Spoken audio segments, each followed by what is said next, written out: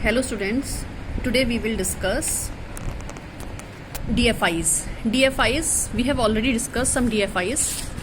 देखिए हम डिस्कस कर चुके हैं IFCI, IDBI और SIDBI, SIDBI,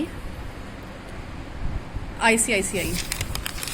ठीक है, तो देखिए फॉरेन ट्रेड से रिलेटेड भी DFI होती है, उसको बोलते हैं एग्जिम बैंक. एग्जिम की फुल फॉर्म को समझिए, एक्सपोर्ट एंड इम्पोर्ट बैंक्स.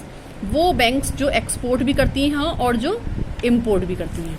ठीक है, तो यहाँ पे इनका क्या काम क्या है, ये provide technical assistance and loan to exporters. जो एक्सपोर्टर्स हैं उनको टेक्निकल असिस्टेंस प्रोवाइड करती हैं और लोन प्रोवाइड करती हैं. किसको? एक्सपोर्टर्स को. कि कोई कंपनी है वो एक्सपोर्ट करना चाह रही है, तो वहाँ पे वो यहाँ उनके पास फंड की कमी है, तो उनको ये फाइनेंशियल सपोर्ट प्रोवाइड करती हैं, फाइनेंसिंग फैसिलिटीज़ प्रोवाइड करती हैं. ठीक है, देखिए एक बात अभी पता चली है कि आप लोगों के जो एग्ज़ाम्स होंगे वो ऑब्जेक्टिव होंगे. तो ऑब्जेक्टिव्स में ज़्यादातर ये जो DFIs वगैरह हैं इनकी एस्टेब्लिशिंग ईयर पूछ ली जाती है कि ये कब एस्टेब्लिश हुई थी. समझ में आ रही है बात कि ये नाबार्ड है तो ये कब एस्टेब्लिश हुई थी. तो ये एस्टेब्लिशिंग ईयर्स बहुत इंपॉर्टेंट हैं. अब एग्रीकल्चर के सेक्टर में DFI को देखिए. एग्रीकल्चर के सेक्टर में जो DFI है उसमें है NABARD. This is D, NABARD. ठीक है, नाबार्ड का मतलब है national bank for agriculture and rural development.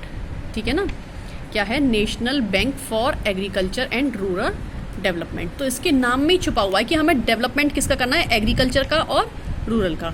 National bank है जिसमें किसका डेवलपमेंट करना है, एग्रीकल्चर का और रूरल एरिया का. तो देखिए एग्रीकल्चर, रूरल जो पॉपुलेशन है ज़्यादातर एग्रीकल्चर बेस्ड इकोनॉमी होती है वहाँ पे, कि जो रूरल पॉपुलेशन में ज़्यादातर लोग खेती करते हैं या फिर एग्रीकल्चर से रिलेटेड दूसरे एक्टिविटीज़ परफॉर्म करते हैं. तो वो एक्टिविटीज़ को डेवलप करने के लिए नाबार्ड पर्टिकुलरली एस्टेब्लिश हुआ इन 1982. ठीक है, ये ध्यान रखिएगा. ये ईयर पूछा जा सकता है, फुल फॉर्म पूछी जा सकती है ऑब्जेक्टिव्स में. किस कमेटी से एस्टेब्लिश हुआ? ये शिव रमन कमेटी से एस्टेब्लिश हुआ. It was established in 1982. It was established on the recommendation of Shiv Raman Committee. ठीक है, It functions as a refinancing institute. Refinancing institute मतलब फाइनेंस करने वाले इंस्टीट्यूट की तरह ये वर्क करता है. अब ये हम सेक्टर वाइज लेके चल रहे हैं. पहला जो था हमारा आज के उसमें, पहले फॉरेन वाले ट्रेड को एम्फेसाइज करने वाली जो कौन सा सेक्टर होता है DFIs में, फिर एग्रीकल्चर को एम्फेसाइज करने वाला कौन सा सेक्टर होता है, देन हम ले रहे हैं हाउसिंग को.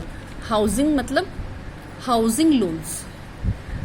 तो मेनली DFIs हैं क्या, फाइनेंसिंग फैसिलिटीज़ प्रोवाइड करती हैं जिन लोगों को कमर्शियल बैंक से लोन प्रोवाइड नहीं हो पाता है, वो किन से फाइनेंस लेती हैं, DFIs से. ठीक है, तो जो भी जिस भी सेक्टर से रिगार्डिंग आपको लोन चाहिए उसी तरह की DFI से आपको कांटेक्ट करना चाहिए. देखिए NHB क्या है, national housing bank. It was establish in 1988. 1988 में एस्टेब्लिश हुई. It is the apex institution in housing finance. Housing finance में क्या है, ये अपेक्स इंस्टीट्यूशन है. क्या है?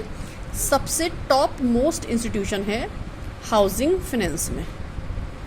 ठीक है, तो इसका काम क्या है, जब हाउसिंग क्रेडिट लेना है बैंक से, मतलब घर बनवाने से रिलेटेड आपको कोई लोन लेना है तो आप इसमें इजीली लोन ले सकते हो.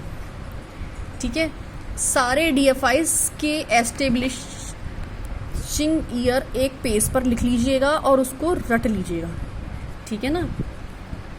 ऑब्जेक्टिव वाले जो भी आपको कुछ स्टडी मटेरियल अवेलेबल हो तो वो परचेज कर लीजिए, ऑब्जेक्टिव्स की स्टडी करनी शुरू कर दीजिए. ठीक है, okay, have a good day.